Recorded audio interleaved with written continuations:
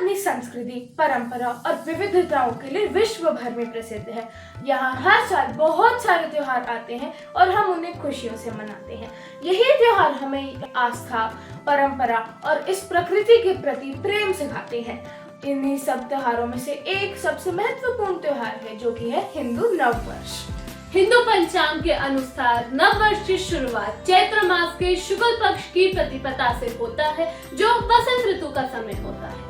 वसंत ऋतु एक नई शुरुआत और नई ऊर्जा का प्रतीक है। इस समय पेड़ों पर नई पत्तियां आती हैं, फूल खिलते हैं और वातावरण में एक नई ऊर्जा होती है। इसलिए इस समय को नववर्ष की शुरुआत के लिए बहुत महत्वपूर्ण माना जाता है। भारत की विशेषता है उसकी सांस्कृतिक विविधता।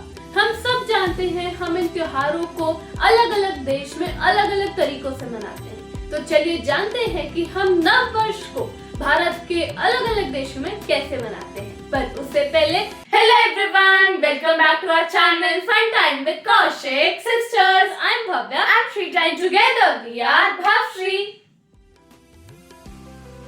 उत्तर भारत में नववर्ष की शुरुआत चैत्र नवरात्रि से मानी जाती है। इस दिन से नवरात्रि का पवित्र पर्व भी शुरू होता है।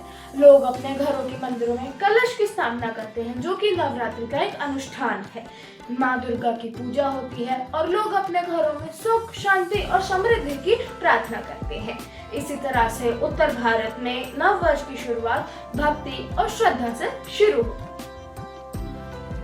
महाराष्ट्र में नववर्ष को गुड़ी पाड़वा के रूप में मनाया जाता है। इस दिन लोग अपने घरों की सफाई करते हैं, रंगोली बनाते हैं और अपने घर के बाहर गुड़ी लगाते हैं। गुड़ी एक बांस के डंडे पर कपड़ा, फूल की माला और कलश लगाकर मनाई जाती है। इसे समृद्धि और विजय का प्रतीक माना जाता है।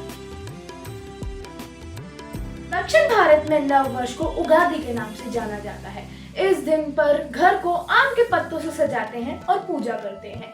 इस दिन पर उगादि पचड़ी के नाम से एक व्यंजन बनाया जाता है, जिसमें 6 स्वाद होते हैं। यह हमें सिखाता है कि हमारी जिंदगी में सुख और दुख दोनों होते हैं, तो हमें हर परिस्थिति को हमेशा डट के सामना करना चाहिए। पूर्वी भारत में असम का बोहाग बिहू भी इसी समय के आसपास मनाया जाता है। ये मुख्य रूप से किसानों का त्योहार है, जो नई फसल की खुशी में मनाया जाता है।